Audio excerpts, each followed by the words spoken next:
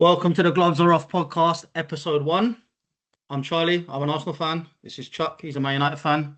Let's just get stuck into it. Let's start by just going through the results from the weekend. Friday's game, Leeds 2, West Ham 1. Big trouble for West Ham, man. What are we I thinking? just don't think. I don't see any positives. There's no positives. There's nothing. I actually really rate Nuno as a manager. Like, obviously, rate what he done at Nottingham Forest. I think that I think he's got a lot to offer. The way he organised them, and then the team that he turned them into, they really just missed out on European football last year, as in Champions League football. Champions League. So I do rate him as a manager. So I don't want to say they're definitely going to get relegated, but even in the last few games that he's been there, there's no positives. Nothing. And the thing is, I always thought they'd be all right because they've got a couple of players who can, Jared Bowen, I think, is actually quite quality. And I just assumed he'd be able to come up with some big, but even, I mean, nothing's happening for them at the minute. We released a video on the channel the other day from a contributor who's obviously a West Ham season ticket holder, and he is depressed as anything. So, yeah, I mean, they've got fans not turning up to the games now, boycotting. There's obviously the owners have been scrimping and scraping in the transfer market for ages, and I think that's the problem. They always seem to be taking a cheaper option. An injured Callum Wilson and Carl Walker-Peters on a free transfer were their big transfers, and it's come back to bite them in the backside, I think. I think they've spent at times. I think fans have been unhappy, but I don't think they've always gone for they've bought players. They bought Kudus a few years ago. That was a big signing. I know he's gone now, but they've spent at times. Kudus and Paqueta. Yeah, they sort of splashed on, and they probably got it wrong with Fulkrug. He looks good in the summer tournament, but hasn't really done it in the Premier League. He's been injured. He's been injured a lot. Yeah, I don't think they've not spent. I feel like when it comes to buying strike, that's not true because they have spent. They've spent on Haller as well, and he didn't work out. So I suppose at times they have, but yeah, I mean, when they sold into Kai for you, but I think that they've put more money in than a lot of clubs. I just think they've maybe not spent well, but I think they have backed their managers. I don't know, man. When you look at the side, so they've sold Kudus for money, and then they've bought in is Callum Wilson on a free transfer and Carl Walker-Peters. Have they signed anybody else? Maybe they did. Maybe I'm missing someone. But find the Southampton midfielder who's not been bad. For them. Fernandes. Yeah. They're always buying. West Ham never buy no one. That's not they.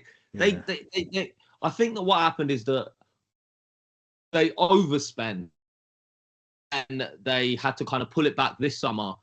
I think who was the manager? I don't even know. It's a couple of managers ago now, so it's not Lopetegui. They backed him, and then it didn't work, and then. But even on that, even on the managers, what kind of decision was that for? But he did.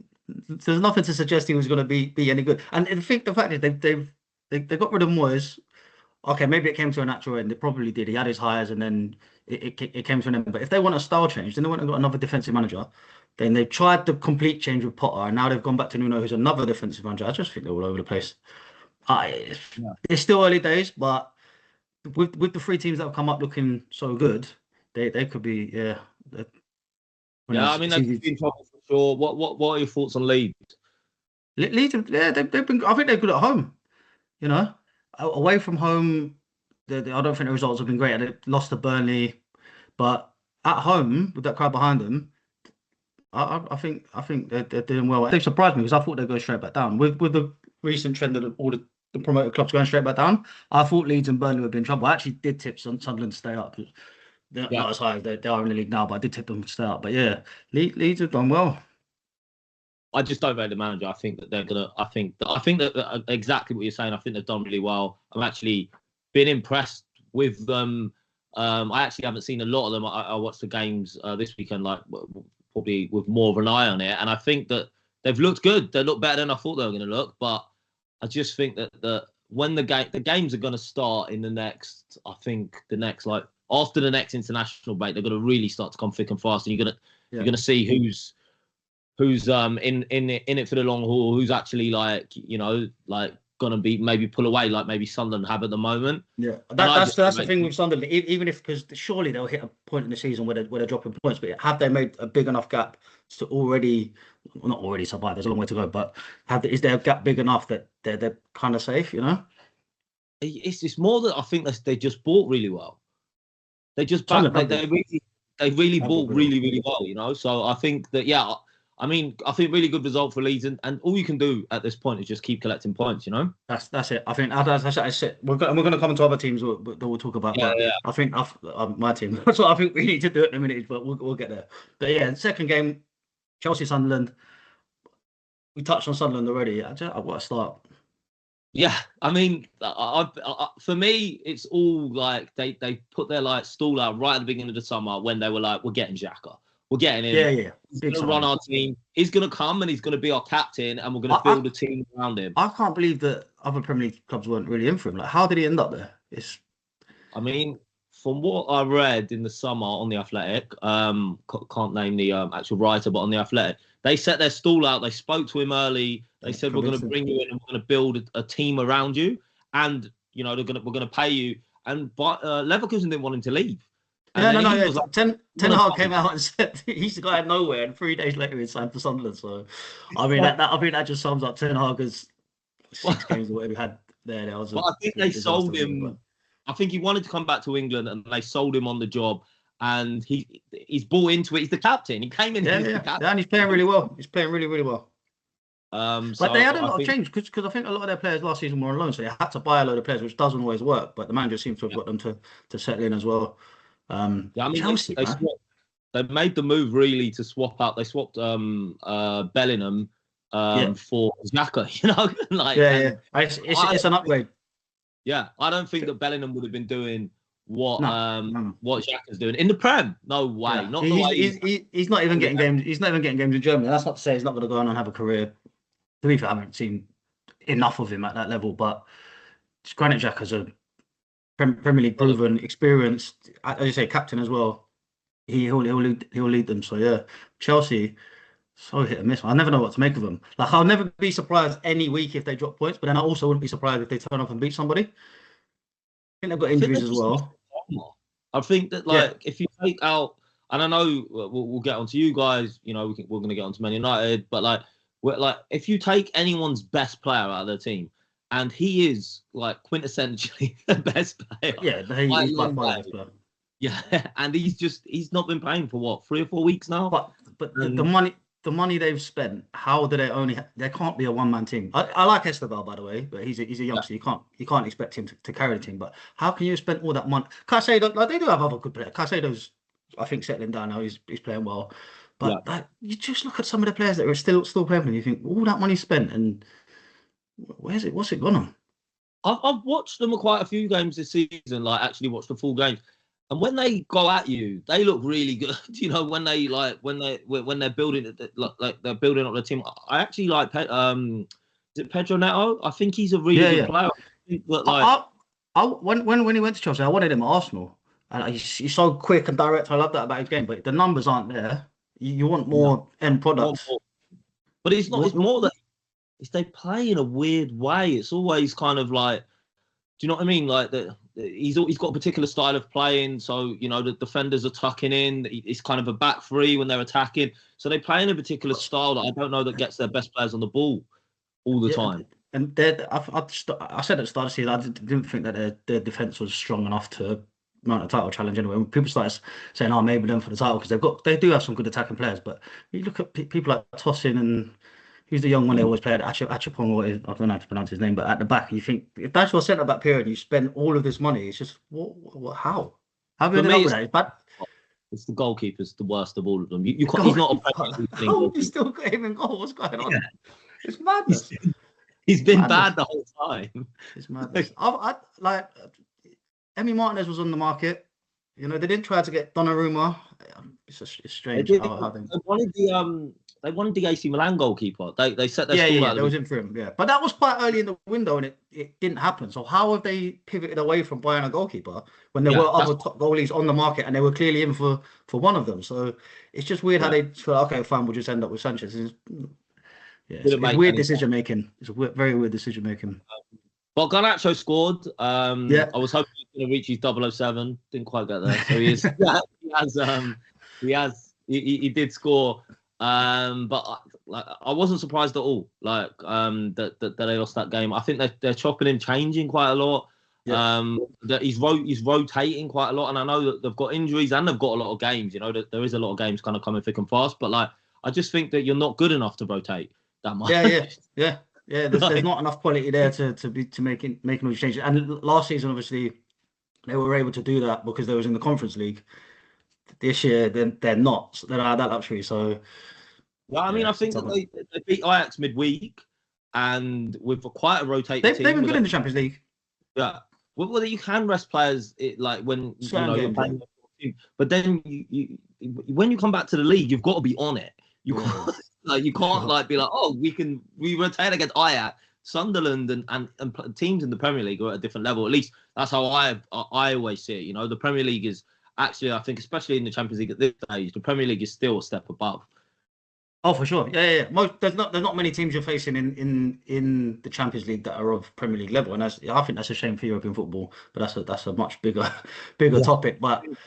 But yeah, most games now you can brush teams over. You saw even in the Europa League with Nottingham Forest, who are struggling this season, gone and beat Porto 2-0, and it's like, wow, those are the levels. Well, I think we talked about being impressed with Sunderland, and I think we both predicted at the beginning of the season that they're going to stay up, and just impressed. They keep going on, and I hope they do stay up. But also, big club. You know, we always talk about this. Good to have some of the established, at least when we were growing up, the established Premiership teams back in the league. I like to see Sunderland in the league. I like to see them stay up. Yeah, 100%. And we definitely need at least one of the promoted clubs to stay up, because you don't want that pattern of all the promoted teams to get relegated to continue for too long, you know, and the gap between the Prem and the Championship to grow. So I wouldn't mind all three of them staying up, to be honest, but I doubt. I reckon one of them will get dragged down. Yeah, for sure. Newcastle, Fulham. Don't like to see. I like Fulham. I did just not like that. For me, they're inoffensive. So I wanted. I want them to pick up, because I mean, London club as well, but also I like Silva. I like a lot of their players. So I was kind of sad to see them go down again. I think is it 3 or 4 on the bounce? They're just above the relegation zone, aren't they? I think that's happened quite gone under the radar. I was looking at the league table. I was like, oh wow, I know they lost a few games, but I thought they were sort of more mid-table. But they're right floating above the relegation zone. So yeah, there's not a lot of end product. They've got nice tidy players. Like Iwobi, I think, plays brilliantly for them. But again, the numbers aren't there. Smith Rowe, another one, is good silky player, but where are the goals going to come from? Yeah, I mean, Jimenez is in and out the team with injuries as well. I think if you look at their fixtures, Fulham, they've played everyone. Yeah, they've played United, they've played Chelsea. I love how you include United in that now. Yeah, but they've played big teams. It's not like they've just been. They had you last week, and they've got Newcastle this week. You know what I mean? Yeah. These are not easy games. This is actually not where they're going to get judged, really, losing to Newcastle. And yeah, so sad to see them not picking up a point. I thought they were, for me, when I was watching the highlights, I thought they were worth the point. But Newcastle, they're a big team, really. They're a good team. They pushed us close. They pushed Liverpool very close. Brighton, you can lose those kind of games, but yeah, I think they'll pick up. But I really like their striker they bought, Walter Marder. Yeah, it might just be he's hit the ground running. Obviously, there's not a massive sample size, but at the minute, he's more than just a big physical player. He's got really nice touches and flicks and tricks and stuff. So he's been good so far. Yeah, I mean, he's been great to see. I like to see how he's kind of linked up with people and he's scoring goals. Yeah. It's hard to do that. And fellas, we had a conversation a few weeks ago, and you were saying about Anthony Gordon for England, and I was saying he just doesn't score enough goals or get assists, and he's picked up as well recently. In recent weeks, he's starting to add that to his game, because he's always been another one who looks good, but it's like, are the numbers there? And he has added that. So So yeah, He's just Newcastle picking push up. on, and I mean, we're kind of half joking about United, but like the teams that we suspected, well, not suspected, were good last year are coming back, and Yeah, that just shows how strong the Premiership is. yeah. Villa like, they hadn't got any points, They they hadn't picked had a up. win, and they've picked it up, and Yeah, they Newcastle picked another up. one. These But teams have got. I think I expect Newcastle to be up there now. Yeah, I mean, Howe's a good manager. There's no, it's Yeah, not even good like maybe manager. now. Yeah, These yeah. two seasons in the Champions League, he's won a League Cup, Yeah, like and consistently made good. another final as well. He's So lost. He's not always got to keep all of his players or got to keep building because of financial fair play. Newcastle are good, so I wasn't. I was glad to see that they hadn't picked up a lot of points, but I was like, they're going to come back. yeah, So, yeah. hopefully, long may that run continue. I was hoping, but I'm not surprised to see them back building up again and kind of like pushing on. The Italian midfielder, I think, has been Yeah, consistently one of the best players in the league, he's actually. very good. Since Yeah, very good. like, and that's what I mean. They've invested well, they've bought well, and yeah, they just keep pushing on. On to your boys. You can have the stage for this. United 4, Brighton 2. I think that it was a game. I've actually watched it. I've watched the highlights, watched the full game. I've heard different people talk about it. I think that this is the first game this season that we've actually, like, especially the first half, that we're actually good. I think we've been winning a lot of games with moments of quality. We were actually good in this game. We were actually in control of the game. I mean, I don't want to go too much into Man United because we will just end up being about Man United the whole time. But like, I just think that the problem area is still the centre of midfield. As soon as Casemiro went off, it was like capitulation, and then Brighton were chaotic. Yeah, and like they were able to get us, and then they scored a few more goals. But then we scored a goal right at the end that makes it look. I think actually wasn't. I think we were worthy of winning by at least 2 goals because we were really good in spurts. I think we probably should have had a penalty. I don't know how. I mean, we could talk about VAR in a few different aspects. Maybe actually more when we talk about the Liverpool game. But like, I just don't know how that's not a penalty for Ahmad. Like, I don't like what is. Sometimes I just don't understand. I don't think anybody knows the rules anymore. If you don't, if you look at it, I understand if the ref misses it, but if you go and look at that, how is it not a penalty? Like, you can't look at that and be like, not a pen. Like, and they're looking at it for a while as well. But it's maddening how everybody can see certain things, but they're the only ones, and it's their job to get it right, and they're the only ones who can't seem to make the right call. It's crazy. Kind of went a little bit off the rails, like I said, when Casemiro went off, but something to build on, Like, I mean, what is it? Three? Is it 3 in a row now? Wins 3 in a row. Yeah, 3 in a row. It's a big one as well. Yeah, I mean, I think that there's a little bit of luck behind some of it. The Liverpool game, I don't think we were great. I think Liverpool. You definitely rode your luck with yeah. I think this 3 times.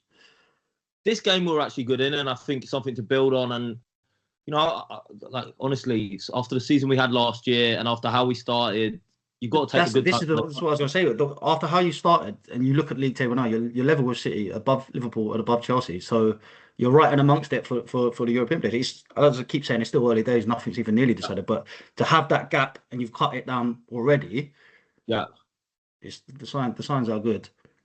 I think Brighton were good as well. I don't think Brighton were bad. A good team. I want to have a word for Danny Welbeck as well, because this guy, he's just aging like a fine wine. When has he ever done that before?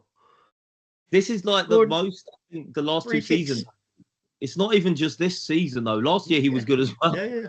But he's adding new things to his game even at this age. Is there any chance he makes even the squad? I think I just still wouldn't want Danny Welbeck one-on-one with a goalkeeper. And I love that.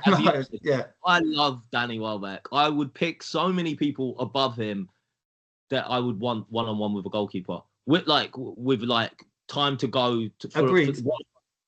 Agreed. He's played for both our clubs, and I think we both like him. He works hard, and he scored more goals now than he ever has, and that's probably testament to how bad he's finishing sometimes in those one-on-one when he's got time to think about things, how bad it actually was.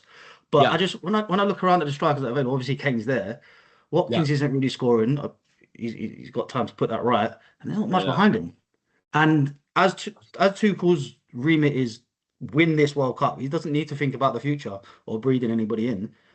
I'm not saying I do think he's going to be there, but if he keeps scoring goals, I mean, if maybe he gets a keeps call up. scoring goals, then he makes it. You an argument for it, don't you? You know, if he keeps scoring goals, but I know that, and I know I'm about to mention the Tottenham player, but you'd rather Solanke one-on-one with a goalkeeper than Welbeck. Are you telling me you'll be Sure, fixing? I'm sure there's much difference. I can see the Tottenham bias coming out in your face. I'm not sure there's much difference.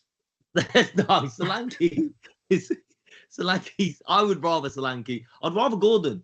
I'd rather Rashford. I'd rather I think Watkins will be there anyway. But I just thought I'd raise it because I'd shout out Danny Welbeck, man. I mean, that guy Welbs, you know, I'd love to see. I think it'll be a good story, and if he keeps scoring goals, then you take him because of form, you know. But I just don't. I think we've got better. Our winger, like I'd rather so many players. I don't think he's worth. I can't see it happening. I can't see it happening. I just thought I'd raise the point because. So you would take him? Would you take him? Probably not. No. Probably not. But the fact that his name's not here. I think we're the only people I've heard speak about him. But the fact that we're even putting him in the conversation, I think, is just testament to how he's doing, man. And I love him. Yeah, and I think, like I said, it goes back to last season. He started like actually scoring, going on a couple of runs, catching some purple patches. Yeah. Ten Hag last year, Ten Hag wanted to sign him. To back up. And I think it was vetoed by the board, and they were like, no. But like, I would have taken him back. I think Rio actually spoke about the fact that we wanted him and how he's added things to his game. So I think, yeah, I mean, like I said, I don't think Brighton were bad. I think we were just better, and then they gave us a little fright because they are a good team, you know. Yeah. And yeah, I think it's good. And even just the way things have been going, when they get that second goal back, you just automatically think, oh my god, they're actually going to come back here, aren't they? But obviously, that's changing the last couple of weeks that we've built up some resilience. You know, it wasn't just like. But that's what confidence does. A couple of wins, and you start to feel like a different team mentally, and you don't just roll over. Yeah, exactly. And Mbumo looks so good. He looked, but he's also good the whole season. Actually, he's been the actual one of all of the signings, and I think all the signings have done fairly well. But he's the one who's looked like, he looks exactly like when he came. He looks like he's ready to play for Man United. Yeah, and he's silky on the ball. The finishes are fantastic as well. You know, he's not like he's blasting them in, but like controlled. So we'll see. I'm not getting carried away. You know, I don't really rate the manager, but I'm happy to be winning. I'm happy that it's not all doom and gloom around the place. And yeah, you know, we push on. That's it. Right. Bournemouth 2, Nottingham Forest 0. No, sorry. Brentford 3, Liverpool 2. Liverpool were just bad. I don't know what. I think 3-2 flattered them from the highlights I saw. 3-2 was a bit flattering. But that's what I thought. Because Slot. I don't know if you heard Slot's interview, but he's just complaining about everything. He's complaining about other teams' tactics. That's all I'm hearing him do. And it's like that's not a good sign when your manager's doing that, you know. He is just complaining about things. So I was like, wait, maybe there was something I was missing. No, just crap. They're just like defending really badly. Was it after the United? I can't remember. It was one of the many games they've lost recently. But he complained that the team that I think it was the United game. He said they made a few changes in their team that we wasn't expecting. It's like, well, they've got a squad. They can pick who they want. But he said it as if, you know. Yeah, he basically said when teams come up against us, they play differently. United have been playing long balls to a striker, and then we played Cunha, and it was different. It's like, what? What are we supposed to do? Play exactly how it was easier for you to play again. For you to play exactly that. And that's actually, if Amorim has actually changed his tactics for once as well, pick him up because he doesn't usually do that. So if you're not spotted by Amorim, times are hard. But they were bad. They're in trouble. 4 defeats in a row is crazy. But obviously they scored the 5 in the Champions League. We spoke about the levels of the Champions League, but I do think they're going to have the odd games like that because they've got so many good attackers. They are going to have moments where they're going to click and score goals, but defensively they're all over the place. Yeah, they can't defend. It's like and also it's Slot's like telling on himself of what their problems are. Like if I knew what the problems were for my team. I wouldn't like. He's like, we don't like long and direct balls. Yeah. Like, what do you like? And so Brentford, if you listen to, I forget their manager's name, Andrews. Yeah, Keith Andrews. Yeah, if you listen to Keith Andrews, He said we just practice long and direct balls, and they play like that Yeah. anyway. And Brentford's their long throws are great as well. So they're just going to stick them on top. If you're telling them you don't want people to play like that, conceded early again, so it just makes it hard. Like it's just like you're stuck in the mud. It's like you're 1-0 down again, and then they've got to drag themselves back into it. Brentford was really good in the first half. Like they dominated them, and like Liverpool scored right at the end of the first half. A bit contentious. I don't know if you've read, but like basically there was supposed to be 3 minutes added time. There ended up being 5 or almost 6 minutes, and then Liverpool scored. Right. So. Like Liverpool got a little bit of life again, you know. Like they sometimes get these decisions. There's a lot of people that say they get loads of decisions, like that happened at the end of the half. Brentford were obviously quite upset about it. And then there's the other thing that Slot was complaining about was the penalty decisions, which I think that they were both penalties actually. So I do think that Liverpool, you know, that they were both penalties, but Liverpool didn't lose the game because of that. They lost the game because that Brentford just wanted it more than they did, and they're supposed to be better. They're supposed to have the players. Like sometimes it is just desire, and Brentford just wanted it way more. I think what Brentford are doing this season, it shocked me because there was so much change in the club at the start of the season. I thought they'd go down. They lost their manager, their captain, their 2 best attackers. Yeah. And then the first game of the season, they were 3-0 down after about half an hour against Nottingham Forest, and you just looked like they were going to just crumble this season. But he's done really well. His first job in football as well as the main man. I mean, he's beat United. He drew with Chelsea, and he's beat Liverpool. You know, you can't. And I think they're about mid-table, and I think they're doing really well. I like Kevin Schade. He's one of my favourite players in the league at the minute as well. Yeah, he's really good. But this goes back to actually, for me, and I think we both had them down to kind of maybe slip down, or at least if not get relegated, be in and amongst it. Yeah. I think that it's actually, I thought it was all Thomas Frank, you know. But it's actually you go back to and you look at it's their recruitment. They buy players really, really well, and they knew that Mbeumo was probably going to go. I don't think they were expecting Wissa to go to Newcastle. No, well, they tried to play hardball for a long time, didn't they? But yeah, I think they really wanted. That wasn't the plan to let him go. And even Norgard, I don't think many people saw us coming in for him. It was just sort of a cheap alternative. But I think that like they have people ready to come in. They have someone. Okay, if he goes, then we're going to get him. If he goes, we're going to. And Kevin Schade was banging goals probably from about January last year. And I remember thinking, where the hell did he come? Yeah, they had him on, like waiting in the wings to replace. But that's another. Brighton do that really well as well. Whenever they lose somebody, some random comes in and just starts banging in goals. He's like, where have they had? And then you look at the Wikipedia or whatever. He's been there for a season, just sort of been eased in, gone under the radar. So and that just tells you that the club from top to bottom, it's not about the individuals. Like exactly. Obviously, Thomas Frank's a good coach, and Andrews is proven to be one, but it's not about that. It's about the whole ethos of the club, and that's what gets results. Yeah. And you've got to like tip your hat to them, you know, like they bat. I think they battered Liverpool in the first half, and then in the second half, obviously Liverpool are going to come back and throw everything at you, you know, and they end up, you know, winning 3-2, you know, and I think that they deserved it. It wasn't like, you know, we beat them. It wasn't a fluke. It wasn't a fluke even for us, but it was much more smash and grab. Brentford really put it on. So Liverpool lose again. They're also they're starting to build up some injuries now. We've got Isak's out. Has it been confirmed the timeline? Do you know? I'm not sure how long, no, but I know he's injured. I thought that would maybe help them because they don't have the decision of Ekitike or Isak, because Ekitike's playing really well. He started great, and then Isak came in and he's sort of been not the forgotten man, but he's sort of been edged out a bit to shoehorn Isak in. So I thought, okay, if they put Ekitike back up, maybe it'll flow a bit more, but obviously not. I think the main problem is their defence. I don't know why. Yeah, 100%. Frimpong's not even a defender, is he? He's a winger basically. Kirk has. But he's injured as well. He's injured. Yeah, he's been injured. Yeah. So he picked up. During in the Champions League game, it was him and Isak picked up injuries. Yeah. But that for me, the defence is bad, and I think you just revert back to what you were doing last year. Put Robertson back. Put Roberts back in. You won 5-1 with Roberts in. And I was like, okay, they're gonna take a bit, take the guy out the spotlight. The guy they got from Kirkos. Take Kirkos out of the spotlight.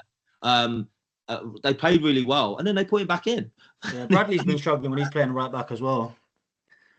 Yeah, Van Dijk looks like, and you never know when it's going to happen, but it looks like ages might have caught him. Salah too? I think that Salah scored, so he was. Yeah, Was he's got the last goal, didn't he? I don't think he's done, but I think he's always had spells where he looks like he could be falling off, and then he just turns up with a load of goals, doesn't he? But I mean, they are getting older. They've given them both contracts as well, so they've committed to them, and like you say, time catches up with everyone. So maybe that's happening. Yeah, Father Time is undefeated. So yeah, I mean, I think they're in a bit of a mess. I think they've got Palace next in the cup, I think. Yeah, so that's you couldn't worse want to play someone. Yeah. and Palace have already beaten them once this season as well. No, they've beaten them twice, haven't they? They beat them in the league. Nketiah scored the last minute. They beat them in the league. No, they beat them in the league. I don't know. No, they're playing in the cup this week. No, sorry, they beat them in the Charity Shield. Sorry, they did, yeah. So they have beaten them and in the league, yeah. So and they've obviously, I think Glasgow might have their number a bit. So it's not like, especially when you're in a bad run of form, you don't want to play Palace. You know, you want to play. So they're in a bit of a mess. Yeah, definitely. Bournemouth 2, Nottingham Forest 0. I expected that sort of result, to be honest. Yeah, I just think the Bournemouth are good, and I don't think Nottingham Forest are very good. And another team though who had big upheaval in the summer, lost pretty much their whole defence, and they just slipped off, started from where they left off last season.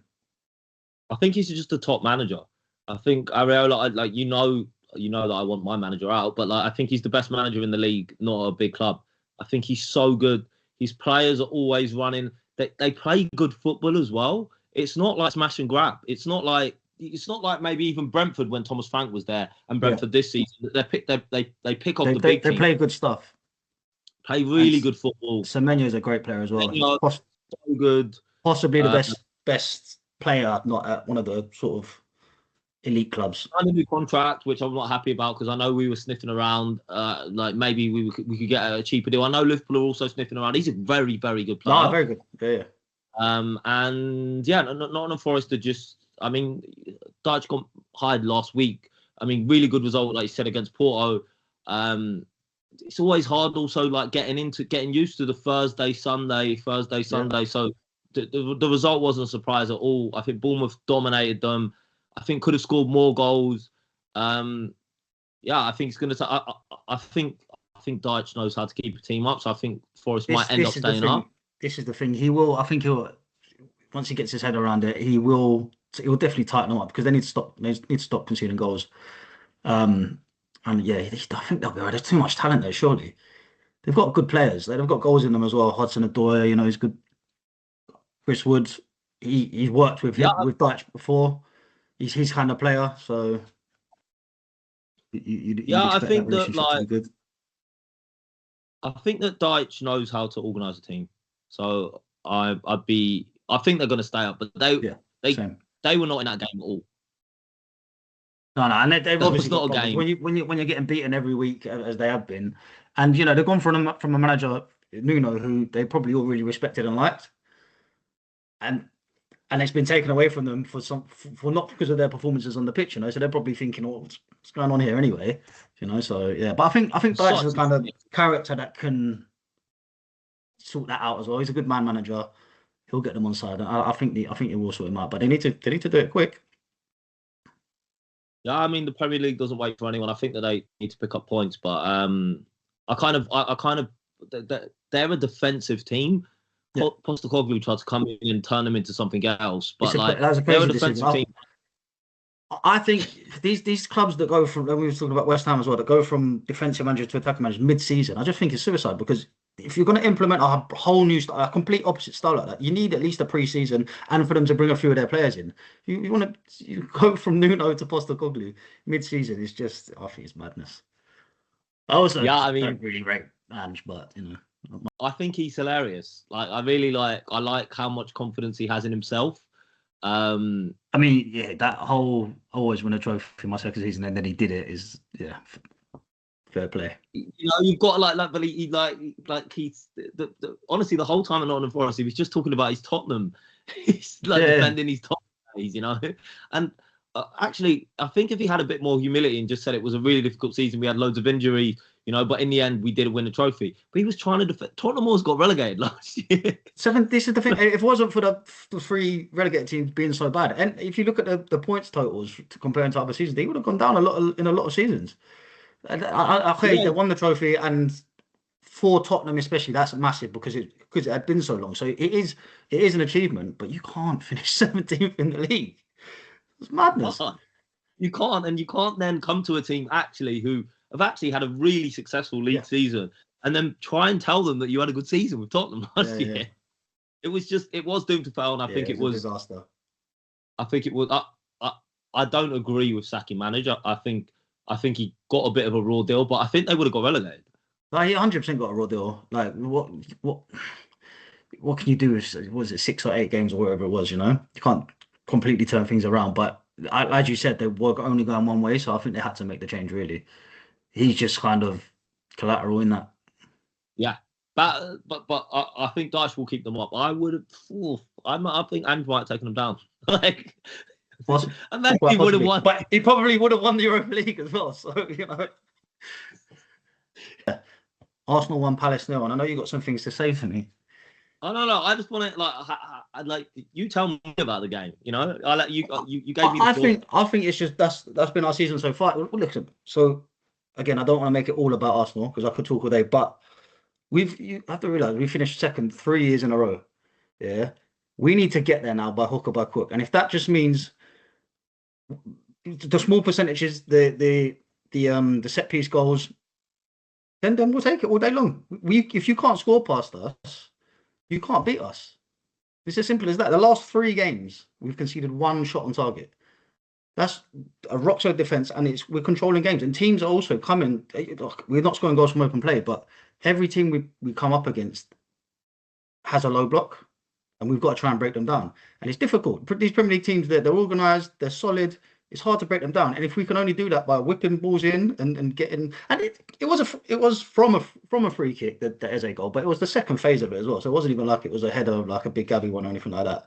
So it does count, but it sort of wasn't a set piece goal this time, and it was a lovely finish as well. I mean, like your defense already, as you know, but I think that your defense is immense. It's not like it's currently on track to be the best defense ever in the Premier League.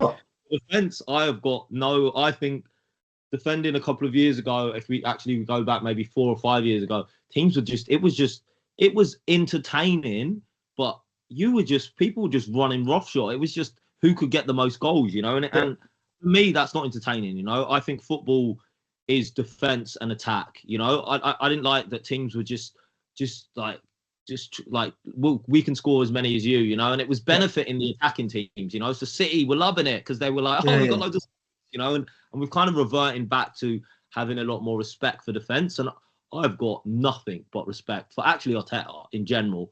I think he's a really good manager. I've got a lot of time for him. Actually, when he's not like blaming referees and stuff, I actually like listening to him because I actually think he's got like a real nuanced view on football. So I really have got a lot of respect for Arsenal. On that, I think he gets set up a lot by the reporters. The questions they ask him, and then you'll see on Twitter they'll just show the clip of him answering the question, but as if he's brought it up himself. So I remember like the bit when they were talking about the balls in the Carling Cup or the Champions League, the balls are different. He's like, that moves different, but he was asked the question, how difficult is it to play with a different ball? But they didn't post the question, they just post his answer as if he's brought it up and made an excuse. I think he does get set up a bit, but yeah, I generally, like I said, I do like Arsenal and I do like Arteta, but for me and you, we've been big football fans from the 90s, you know, and this is the worst product football wise that Arsenal's put out, and you know it is, and it's like it is strange to watch it, but when Jose won the first league with Chelsea,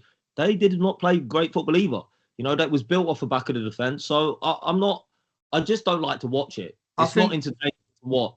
Goals win you games, defenses win you league titles, man. And after the heartbreak of the last 3 seasons, I don't care how we get there. I'll be honest. I just want to get there. I want to win that trophy. and as you said, it's defending is a skill as well as attacking. So and Yeah, we're not. It's not just like we've got a good defense. We have got this is it's unbelievable because he one goal from open play in 13 or 14 games this season we played, including cup games. It's madness. no, And that was defense is Haaland immense. who scores against everybody. Yeah. Other than that, it's an unbelievable free kick from Szoboszlai and then Volta from a corner. Yeah, I think the defense is immense, and the hat should be tipped at it. But I think that you're more reverse than you are attacking, and I think you've got players to attack more. I think Arteta's always been. I mean, a couple of years ago we broke the record for the amount of Premier League goals we scored in this season, but we did rack up a lot of goals against Luton's and Sheffield United and people like that. But he has always been safety first. I think even in his substitutions, if we go a goal up or 2 goals up, he'll bring off an attacking player and bring on a defensive player to shore it up. But that's because he knows we're not going to concede many chances. So why take the risk of looking for the 3rd and 4th goal if we can just take a nice 1-0 or 2-0? He trusts us to not concede. But he doesn't trust you to get the 2nd goal. I'm not sure he doesn't trust us. He just, what's the point in taking the risk? If he trusts our defense more than our attack, why go for the 2nd goal? It's not like we're playing long ball, kick and rush football. We still got the Arsenal style about us a bit, but teams sit back against us and they're hard to break down. Teams are hard to break down, but once you go a goal up, you have a bit more space, and instead of you kind of absorbing that, you shut up. It's like. But teams come into games against us with that attitude. They're coming for a draw. The fact that look, our defense is amazing, but the last, as I said, the last 3 games, 1 shot on target. That shows you the attitude of the teams that we're playing against. So once we score past them, and then they want to work up, we're like, okay, we'll just do what you did, but we'll do it better. Yeah, and it's fair enough. It's just and the set piece things. Like, what do people want us to just not score from set? We're good at it. Why would we not? I'm not saying that you shouldn't score from set pieces. I just think we need more from open play. Yeah, that's all I'm saying. I think that it's if Tottenham were winning like this, or like if Newcastle were winning like this, I think I'd be a bit more like, oh, okay, whatever, But like, this is just not how Arsenal play. Because you're so used to under Arsene Wenger and yeah. Well, Arsenal have always played entertaining football, and it is strange to see. You've still got such good players. It's strange to see. Yeah, that's the thing. We do have amazing attacking players, and there is more goals in the team. And again, like I said about Liverpool, I think we will have games where we click and score a few more. But I just think he's safety first, and he just wants to get us over the line this season. We can't slip up again. We just can't, especially now we've got a gap. I know it's early, but we've got a gap there. We just can't fold this time. I don't know, but I mean, they just lost, and we're about to talk about them. But my gut is just that. I don't think you win the league like this. Well, the next game's Villa City, so I'm assuming you're talking about City, yeah? Yeah, but I'm just saying that, like, you win the league by being the best, and you're they're just reliant on one man as well, really. If Haaland doesn't score, they don't score. What I'm saying is that a team. I'm not saying that City are the best. I think Arsenal are the best team, but you're not playing like you're the best team. You're playing like you're getting over the edge. You're not dominating. Like, do you know what I mean? You understand what I mean a bit. I know what you're saying. Yeah, we're not blowing teams away. But you don't look like Liverpool did last year. From start to finish, we're in control. Yeah, you never see us really. Other than the Haaland goal, you haven't really seen us being run ragged. People aren't getting in behind and creating chances. It's long shots and set pieces themselves that could harm us, really. I just think it's an element of control. And if we're controlling games from start to finish, you are controlling games. I'm not complaining. There's no doubt about that. We'll see. Who have you got next week? Burnley. So we'll see. You should be opening up Burnley, but let's see. Let's see. I'll take another 1-0. I'll take it now. If you could just bank that for me now, I'll take it. That's over 3 points.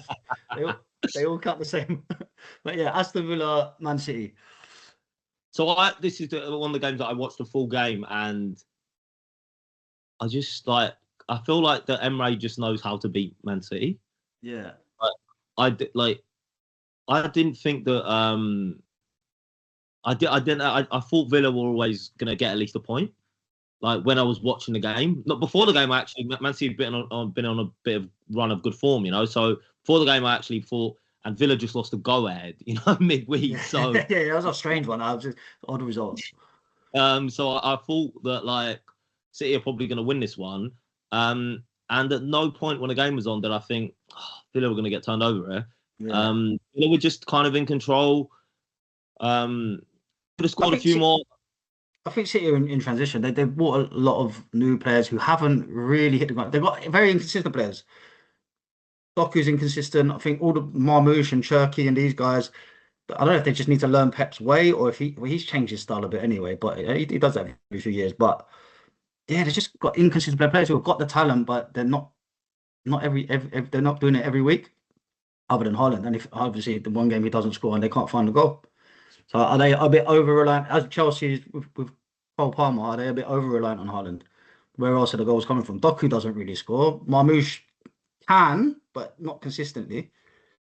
I think that the other players are letting down Pep and Haaland. You know, yeah. They're not. What are the other players doing?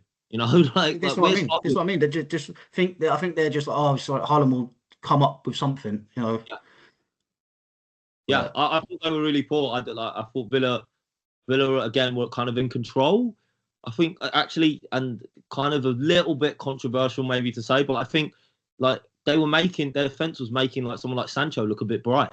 I was like, oh, Sancho's like he had a few little moments, you know. Yeah. And I just thought the Villa looked more likely to get another one than City coming back into the game. Yeah. And yeah, very good result for Villa. Again, they keep picking up points in the league. This is it. This is similar to the United one. They had such a bad start. I think they scored a goal for 3 or 4 games, and then that one win can just set you off, and that just shows you the momentum in the Premier League is half mental and half talent. Every club's got talent now. You know, the teams aren't. You know, there's good players throughout the league, so anybody can beat anybody. The mentality's got to be there. And Emery, fair play to him, man. Yeah, I just he's a top manager. He's one of the best managers in the league. They had a really bad start, had a really bad transfer window, a lot of questions. You know, like they've got a load of Man United rejects down there. They've got Lindelof in the back. Sometimes he played against Go Ahead. Sancho's coming off the bench. Harvey Elliott wasn't even in the squad yesterday. I know that's a bit. What's going on there? He hasn't played a lot, has he? Well, the thing is that like you've got to adhere to how Emery wants you to play, and if you don't, then he doesn't play you. Yeah, and that's why a lot of players, Villa have signed a lot of players, and they're not up to the standard, and he just won't play you. He'll play the players that are up to the standard before anyone else, you know. And I guess Elliott's not at his standard right now, you know. And there's also a bit of controversy. Sancho came on early for an injury and then got sobbed off because he's not doing the things that Emery wants to do. There's a lot going on with Sancho. I don't know if you've seen the stuff on Twitter about him. I mean, it's just, for me, it's a waste of talent. Yeah, you know? And that's it. It's sad because he's got the talent, the natural ability, but I don't think he's ever going to. If you don't want to, if you realise it, he's on last chance saloon. Yeah, like really at the top level, he's on last chance saloon. It's really sad. In the Premier League, I think definitely I can't see another Premier League club taking him. Maybe he could get a move abroad because he's done well in Germany before. Maybe I know Juventus were interested in him as well, but yeah, in the Premier League, I think he's got to make this one work. Otherwise, where's he going? And Emery's given him. He's had chances. He started in Europe, I think, against Go Ahead, and then he came on. You know, he could. There was other players he could have brought on. You know, he brought him on, and he looked. I've seen him a few times actually against Sunderland. He came on. I think maybe it was even his debut, and he's looking a bit brighter. He's just like, again, and this is actually a problem with a lot of footballers. They're just not running around. Run around. Yeah. Like what do you mean? You're not, it's the bare minimum. Yeah. You're not like you said. So managers just won't accept that now. No, you're not always going to have the game of your life, but the effort has to be there. Yeah, and I think that I'm glad that managers have been a lot tougher because again, 4 or 5 years ago was kind of the players were kind of almost like, and then it's people like Arteta, it's people like Emery. Obviously, Pep always had those standards, but for a few years ago, I remember Solskjaer and.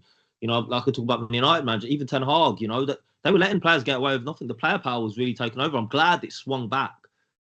No, it's the same. To be fair, though, it's the same with Emery at Arsenal. The players were in control of that dressing room, you know, and that's why Arteta came in. And things got a bit worse before they got better because he had to get rid of the old guard, the Aubameyangs and the Ozils, who were great players. Don't get me wrong, and I've got a lot of affection for them. But for the style of play that Arteta wants, the working hard and the running around is just the bare minimum. That's just rule number one, you know. So it's a non-negotiable. So yeah, Yeah, and you know, I hear I'm what you're glad that that's saying. football. And like even the Chelsea manager, he's like, if you don't play how he wants you to play, and I'm not a massive fan of his, then you don't play. And I think that that's Emre, how Emre is, and I think that Harvey Elliott's getting some tough love there. And Sancho, yeah, you came on like I think 20 minutes or something in the first half, and then it's taking you off for 70 minutes because you're not putting in the effort that he But needs it's to like win you the said game. as well. They didn't have a great transfer window, and they got Elliot and Sancho in late. So I do wonder, did Emery even want them, or were they just like, okay, well, this is what we can get at the late knockings of the transfer window, and he's been given them, and maybe he doesn't fully trust them because they Yeah, I weren't mean, top of the list of the players that he actually wanted to sign. they for sure weren't top of the list because they got rid of they got rid of the chief executive, the new guys Yeah, in, you know. So there was obviously some clash there, but at the end of the day, Emre's not taking. Emre has like sign off on transfers. He's taking people only like they have to adhere to them. He would have spoken to them, but I think it was last knockings for sure. yeah, and I mean they probably wanted to try and get Rashford done. You know, he was good for them last year. They didn't manage to get him or Asensio in for a second season. So it's a bit of a drop off Asensio and Rashford to Sancho and Yeah, yeah. So I But suppose yeah. it's Again, understandable. picking up points. Like, my dad's a Villa fan. I'm really happy for them. Like, knocking City, putting City in their place. I'm never going to be upset about that. But yeah, City a lot of work to do. They've got like it's all these signings. Can you really say that any of them have done anything? That's what I'm saying. They're all very consistent. The flash. Sometimes I think, oh, there's a player there, and then it just does nothing. Other games, Cherky, I haven't seen him do much. He's a bit of a flash Harry. Doku again is another one. Sometimes he looks amazing. Sometimes I think he looked it's really just good against you earlier in the season. I was like, oh, yeah. but then it's like the next game you're like, yeah. So yeah, I think they're in a transition. But how long is Pep even staying? Well, I think it's at least another season, isn't it? Another season? Yeah. So if he's going to get this squad to win stuff, they haven't really got time for a transition. Yeah, I think that he They obviously lost miss Rodri as well. they lost the players that were setting the standard. Yeah. So Rodri won the Silva, like yeah. Company, Mahrez. Mahrez, these Yeah. and Grealish, obviously, the players like Grealish and stuff who were signed like in between those times didn't then carry the standards on. Foden apparently had a lot of Needs to personal. do more. Yeah, like it's just like there's like it's like what happened? What those Yeah. nobody else has took on the baton, you know. This is it. Foden should be now get to the point where he's saying, "This is my team." De Bruyne is Yeah, gone. Silva's gone. yeah, Bernardo's still there, but yeah. it should be Foden taking it on his chest and saying, "Okay, this is my team now." And it's like, he's the sort of player that only plays well when he's around other good players. Yeah. Is he going to be able to be the main man? It's not looking Well, like it.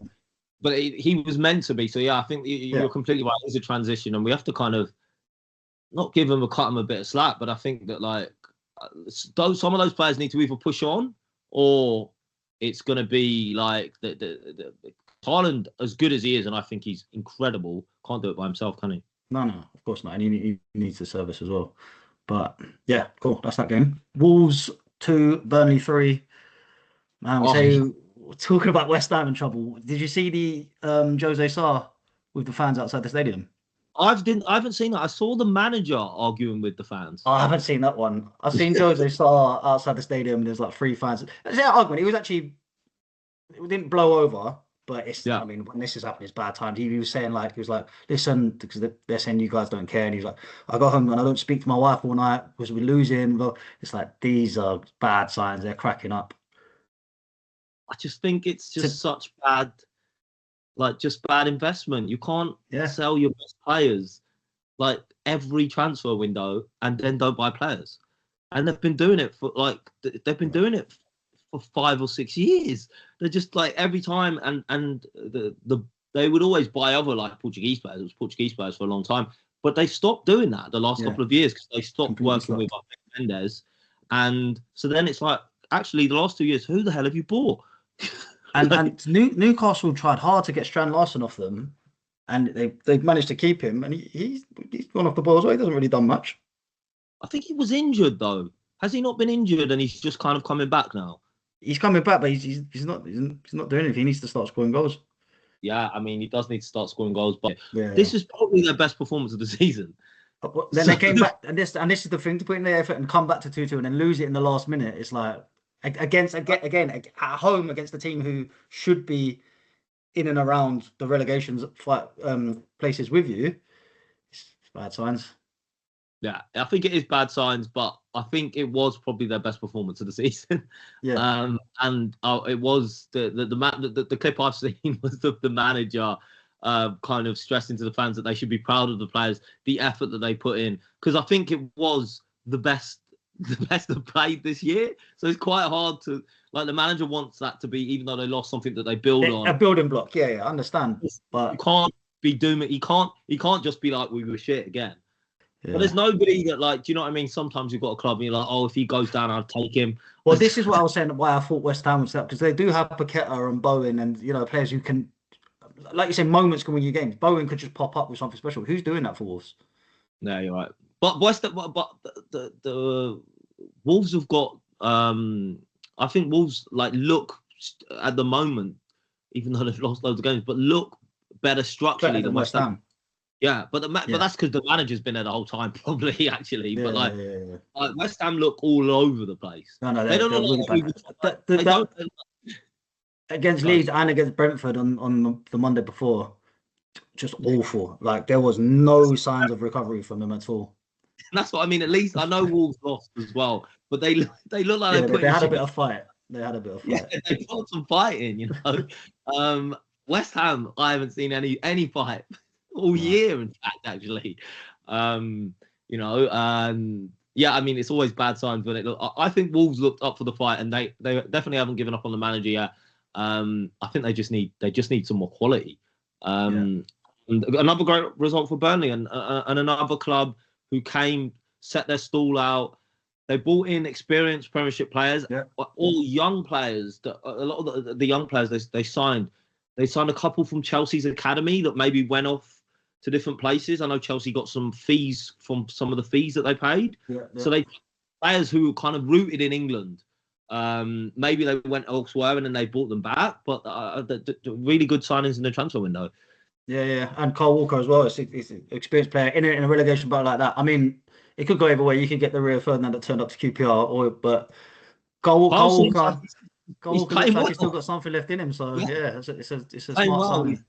He's been a leader. He's from that area. Much like the Granit Xhaka. I know he's different style of player, but to have that winning mentality and someone who can lead you, it's very important when you're down there. Yeah, and exactly like you said, you could get like Rio at the end, and he was awful. Like, after a couple of games, I was shocked that they didn't drop Rio. Yeah, because he was really bad. But like this year, you've seen it happen with two older players that could easily just be going for a final paycheck, but they're not. They're really really want to extend their careers. They're playing actually. Cole Walker's bombing on down the right still. He's still looking really good. He looks fit. He looks like he's up for it. I think it's really great to see. Again, they're picking up points. That's all you can do is stack the wins. Exactly that. Last game of the weekend was Everton 0, Tottenham 3. I was shocked. I was utterly. I had this down as like maybe a 1-0. Like, Tottenham looked bad last week, I thought. Yeah, I haven't been impressed with it. Even in this game, I don't think they were great. I'm going to say they got 2 goals from set pieces, which doesn't back up my point about Arsenal, but I don't think they were amazing. But they are picking up. They're putting wins together. I know obviously lost to Villa, but they're picking up points, and I suppose you can't argue that when you've got a new manager in. Well, that's what Thomas Frank, like the base of Thomas Frank's teams. If you go back to Brentford, is set piece goals, and it's not sexy. It's not what, like, I honestly, it's not what I expect of the biggest clubs, but like Tottenham, this is great. They're winning games. Like, he's they're winning. And I think he's a good manager. When they hired him, I thought it was a very smart decision. I even thought Man United should have maybe been looking at him. I'm not sure if he's gonna. It's Tottenham anyway, so I don't think they're gonna go on and win and challenge for these titles. I'm not sure Frank's that good to do that. But he'll definitely get them back in and around the European places and way away from the relegation zone where they were last season. I think that they're good defensively, which is kind of weird to say about Tottenham. And they've got Paulinho was one of the best defensive midfield players when Bayern bought him for all that money. Yeah, he's They've done got well. He's settling in really well. they've got good centre backs, and they've got him and the what's the other guy, the Uruguayan guy who sits in front of the back. So they've got those. Yeah. If you talk about, I think it's their attacking players are letting them down a bit. It is. It's the attackers letting them down. Like it really is. It's the attackers. Wilson, Odobert, and I don't think Solanke's great. Richardson's hit and miss. Obviously, Maddison injuries was a big one. But yeah, if they added some attacking talent, they Xavi's kind of come in, but not really hit the ground running. He hasn't done anything yet. No, yeah, he's another one who hasn't come and settled down really. That guy they've got from PSG, I haven't even seen him on the pitch. But again, Xavi Simons was not the first choice. They thought they had Eze wrapped up, and then so they've kind of diverted to him last minute. But he's a good player, Xavi Simons. I've seen a lot of him. He's got the talent. Maybe just takes time to settle in the league. Well, I think what Frank's doing is he's like, I'm going to make us hard to beat, and we're going to score set piece goals, and that's going to get us a load of wins, which it is, because Tottenham, they beat City and they were actually good in that game. They always beat City. They play City off the park. Yeah. They always do it. I don't know. The one time they didn't do it was the one time I needed them to do it as well. But they played them off the park, Yeah. Other than that one game, they've not. It's been set pieces. It's not like sexy football. I've not been impressed. Obviously I don't like Tottenham as an Arsenal fan, but I can watch football and be honest. And I haven't been impressed with the way they've been playing. But they're picking up points. You can't argue with that. Again, they're above City, they're above United, they're above Chelsea. So in those races for the European places, they're banging it at the minute. I mean, 3-0 away at Everton, like, because Moyes is not setting his team up like open. So to go there and win 3-0, that's a really. I think I'm right in saying before that game, Everton hadn't conceded a goal from a set play all season, and then they got Van der Ven obviously scored 2 of them. So I think I've been impressed with Moyes since taking over now. I just think they need some more goals because their strikers aren't scoring goals. Beto works hard, but he's not a goal scorer. This Barry's come in, hasn't really settled. I don't think he's scored yet. Grealish, again, he's playing well. He looks like he's enjoying his football again, but he's never been a numbers man. He's never been full of goals and assists.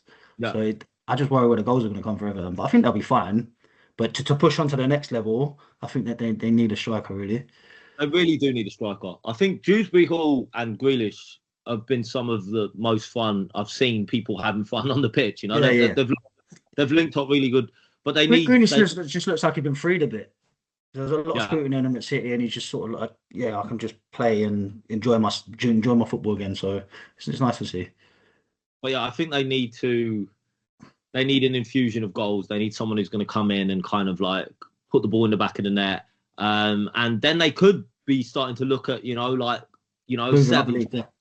moving up in the league. But I think like you said, that there's definitely worse teams than them. I think they're going to be fine. Yeah, I think they'll be sort of near the top of the bottom half of the league. Yeah, for sure. Anything else you want to cover in the Premier League before we move on? No. I think we've gone through it. I think we do the big game, I guess, of the weekend. Yeah, the El Classico. Yeah. Did you watch? I didn't watch it live because it was on the same time as Arsenal. So, but I've seen highlights. I watched it because your game obviously was so boring, and I kind of kept on. I was checking in, but the Classico is always a good game to watch. There's just almost so much drama. They really hate each other. Like, there's a lot of games have kind of gone in different direction these days, and I think actually a bit of needles coming back, which we all love. And it was just drama from start to finish. I don't know if you've seen I think they had 2 goals ruled out, Real Madrid. I saw the Mbappe banger that got what a finish that was. So like the minimums of offside, but Madrid. I didn't think Barcelona looked anything like winning the game. I think it was Madrid's game to lose. Yeah. They just looked more organised. They kind of were in control of the first half. Probably should have scored more goals. And then when Barcelona like sort of came back at them, they were just like, well, we don't believe you can break us down, and they couldn't. And I mean, I guess we'll kind of get onto it, but like Jude was probably man of the match, and you know, we have a bit of disagreement about him in terms of England, but like if he plays like that, then of course he should be in the England team. I just think he's a moments player. He's a big game player. He delivers when you need your best players to step up, and that's why I think he should always be in the England team. I do get it. The balance isn't always right with the midfield, and I know you think he doesn't always work hard enough, but I just feel like he's just in the right place at the right time. That goal is a little tapping, but he's always there. There's a reason that it's always Jude, you know, and he does it time and again. He was actually really good yesterday. The thing is I think He got the Alonso's a assist good right for the first goal as well. Yeah, really good pass. But Alonso, I think, will be good for him because Alonso doesn't take it either. I think problem is he went and had Ancelotti, and Ancelotti's kind of like a vibes manager, as they say. That's not completely true. Yeah. But like that is what they kind of say, that he can be a bit vibesy, you know. And Tuchel's clearly not having it either because he dropped him. So, well, I just think that like someone like Alonso saying you've got to do this and you've got to do that. Yesterday, Bellingham played from the right. He didn't play from he was on the right of midfield. It was really kind of smartly tactics that he was kind of moving in behind Mbappe, and then you had like Vinny Jr. kind of holding his width. So Bellingham was starting position on the right, and when he was in a defensive shape, it was from the right. And he was obviously popping up in the right areas where I think he can make the difference. But he did have a job to do it, and that's all I want to see him do for England. Is that similar sort of like you've got to sacrifice for the team. You know, we're not good enough to have any to carry anybody. Yeah, do you know what I mean? And also he's not making the difference like that for England that he has for Real Madrid almost. Even at Real Madrid, if he stomped his feet, which he's not, because Alonso will ship you out, he really will. Yeah, you can't do that at Real Madrid anyway. Exactly, but do you know what I mean? But even if he did, he's put up goals and assists for them. You know, for England, he hasn't really done that. And Tuchel, you know, we're kind of slipping into England here.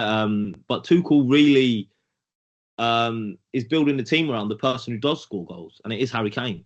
And we know, actually, we were saying in the Euros when we got to the final, you need legs. We need to have legs around Kane. And if Bellingham wants to put in a shift, then I think he'll be perfect, actually. But the last couple of games that you've seen him for England, he is just gesticulating at other people doing wrong things rather than putting himself in the right positions. But he was really good yesterday. It's good to see Rashford again, a bit like Grealish. Looks like he's enjoying his football again, getting involved, scoring goals, making assists, and that can only be good for England as well. But I mean, to have all 3 goals in the El Clasico with an Englishman contributing, that's great, man. I love to see that.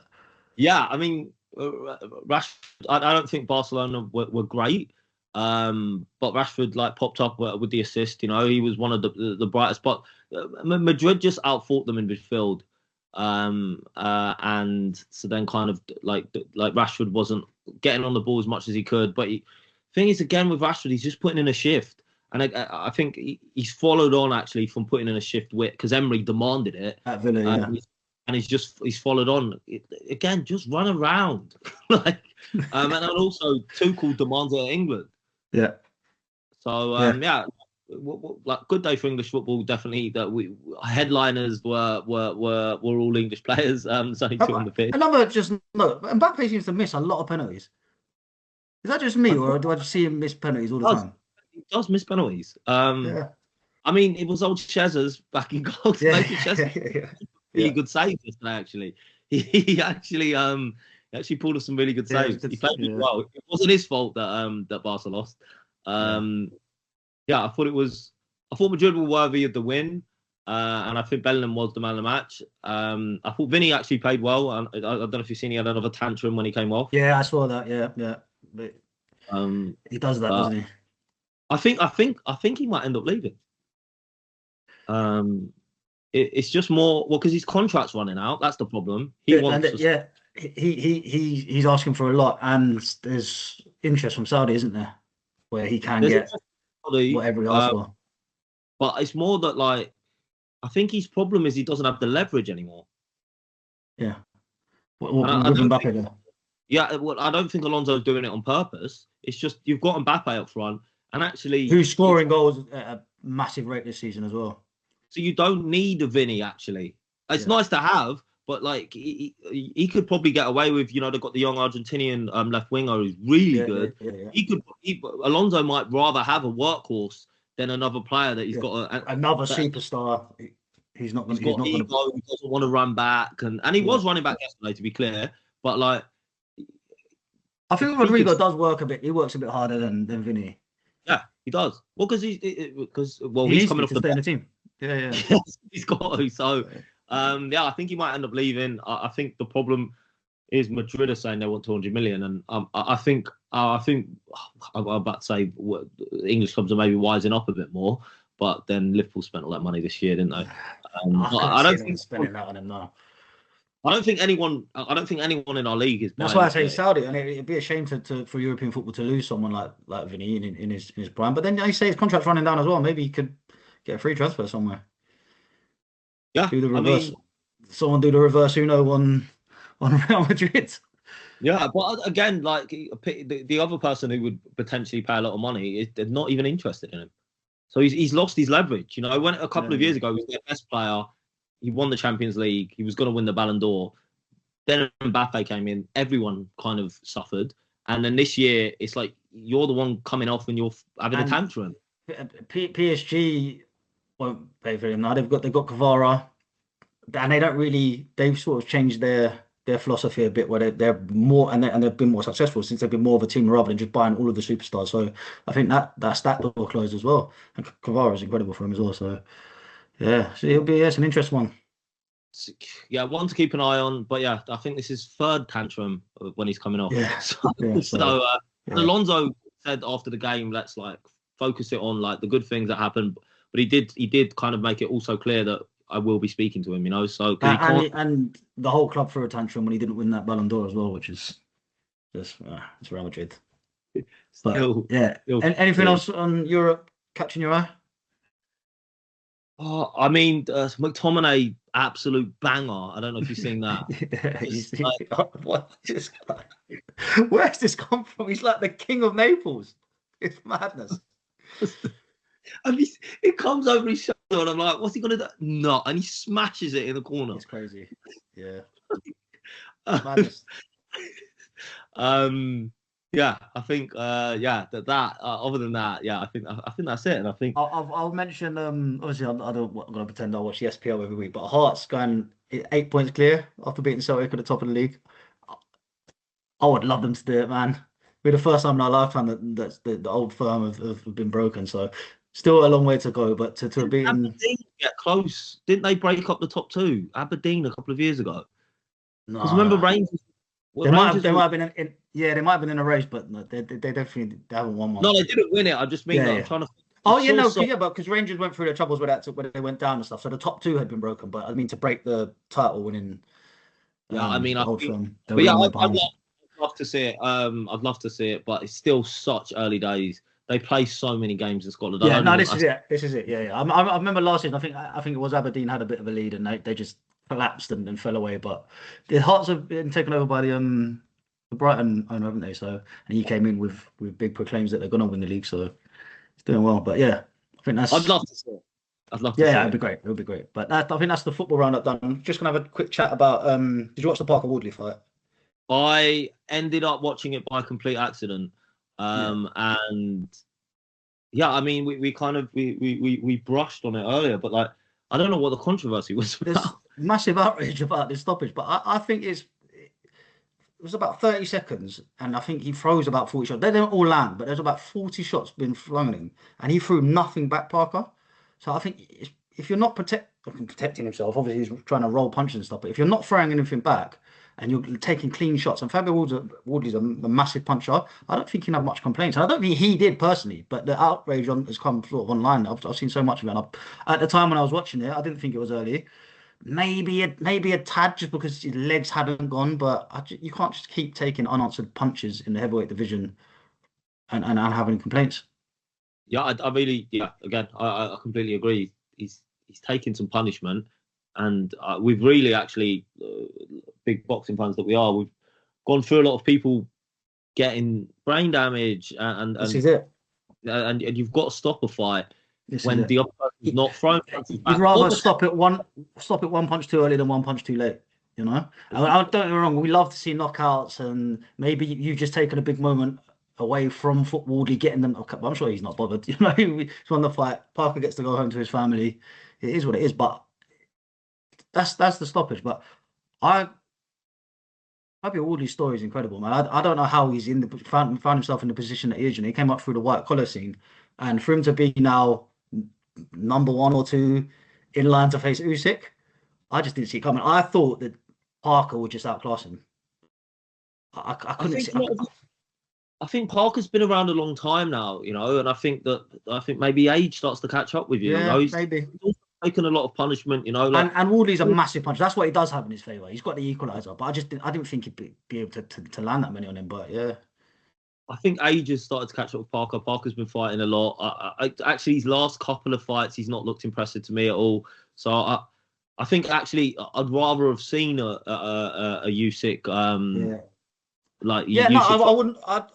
To be honest, I don't think any of them are coming close to Usyk anyway. Usyk Parker would have been, I think, a straightforward Usyk win. I think it would Usyk Wardley too, but at least we have the interest because he's a Brit and because he does have that power. You just think if he lands on anybody in chin, he can take him out. You only need to land once.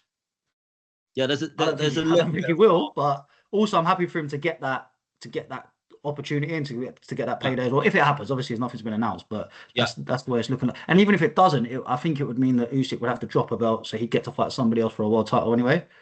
So maybe.